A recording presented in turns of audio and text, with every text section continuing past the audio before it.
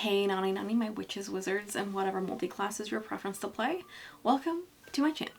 Today we are appeasing the scrap monster that haunts my sewing room.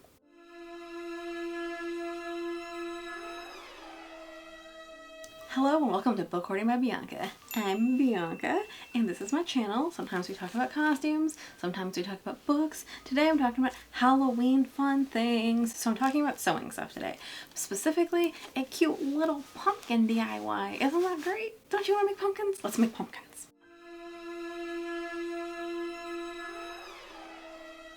So this is a quick and dirty one. I made a full-size pumpkin that you see here, and then in the video that you're going to see I make a very small one that's supposed to be a pin cushion, which is why you see pins in it. The instructions are pretty much the same for both except for the measurements for that initial square piece.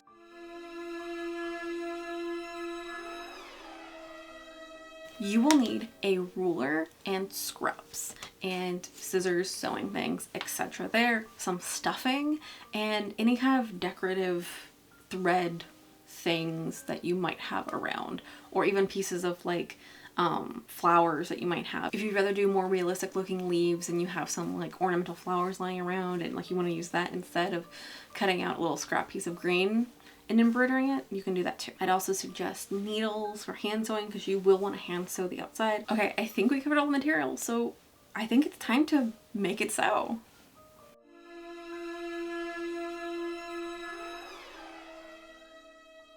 Okay, so I'm using a manila folder and a ruler to make the pattern piece that I'll be using for this.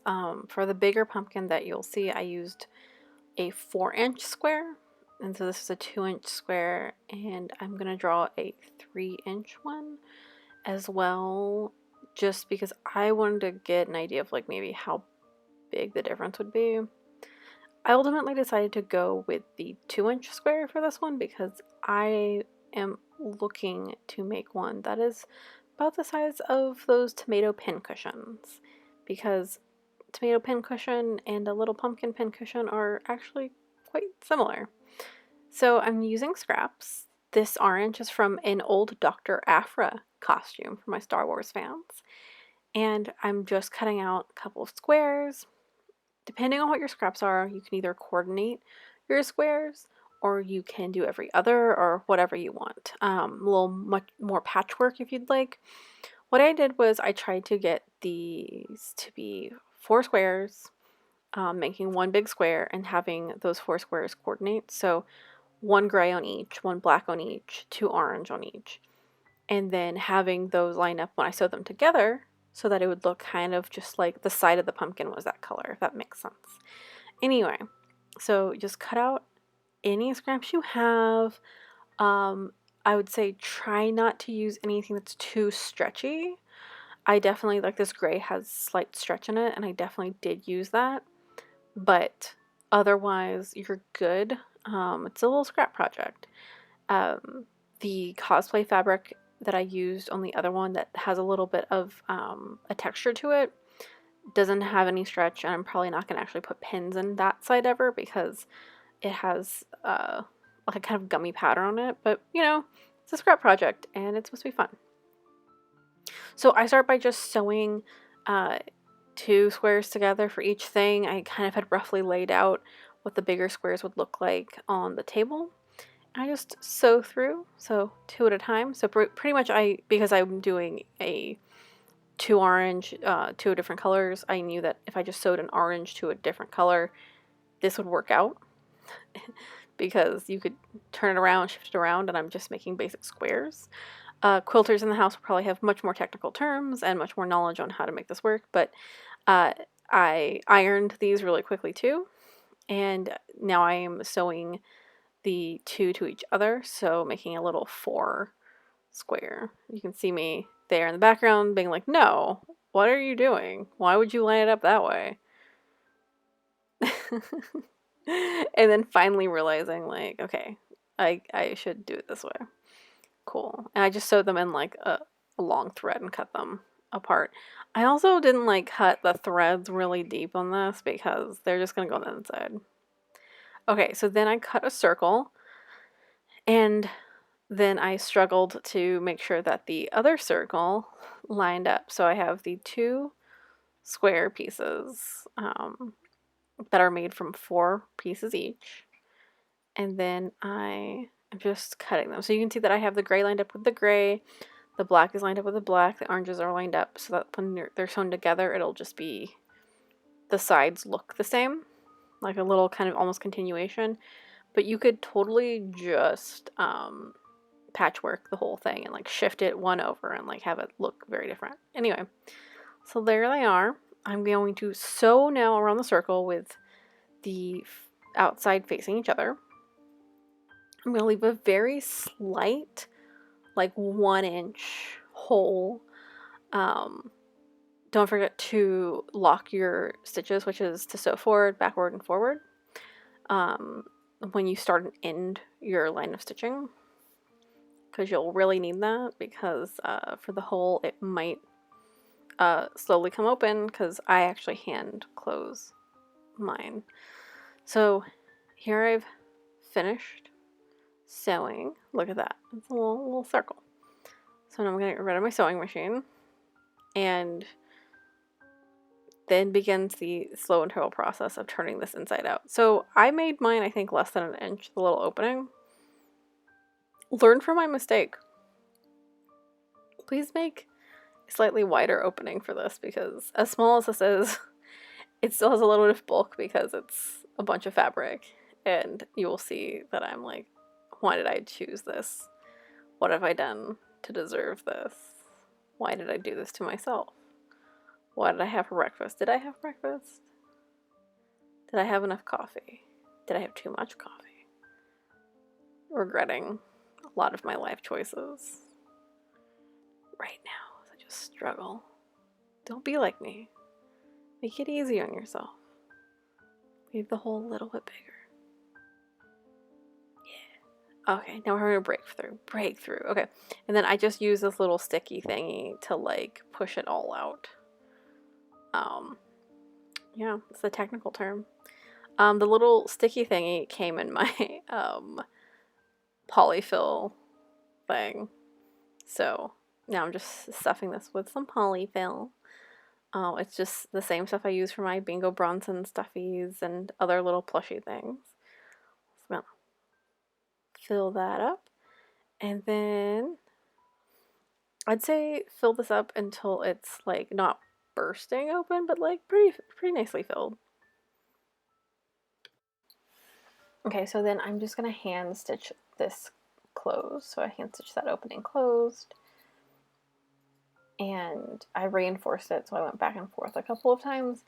You could probably like use the machine for this if you wanted it super secure. I just decided not to. I just wanted to use hand stitching.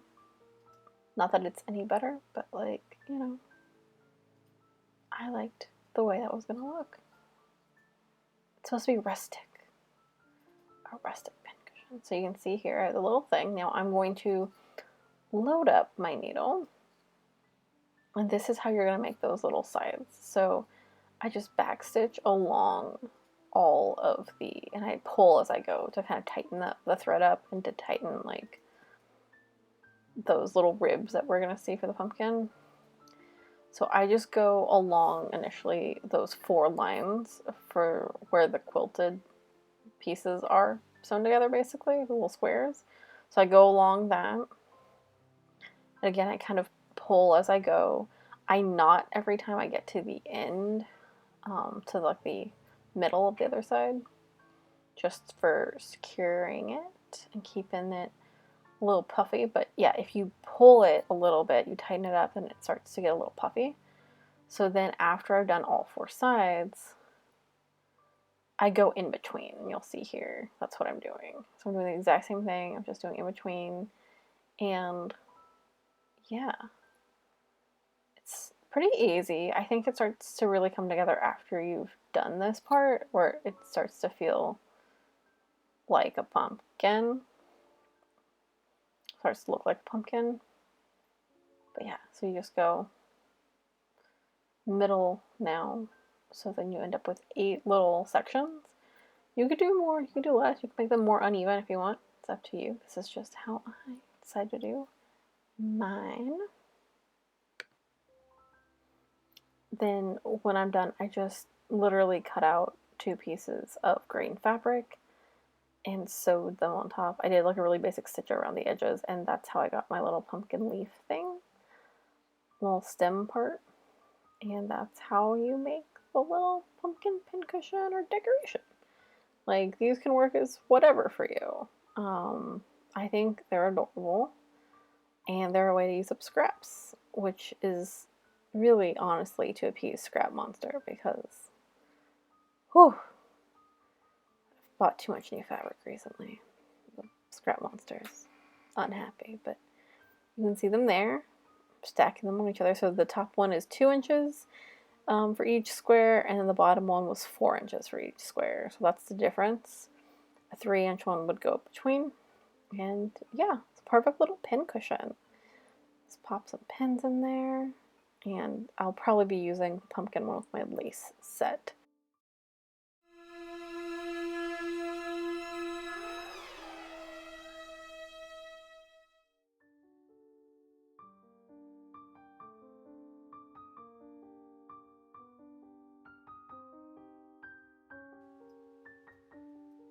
What is this I see?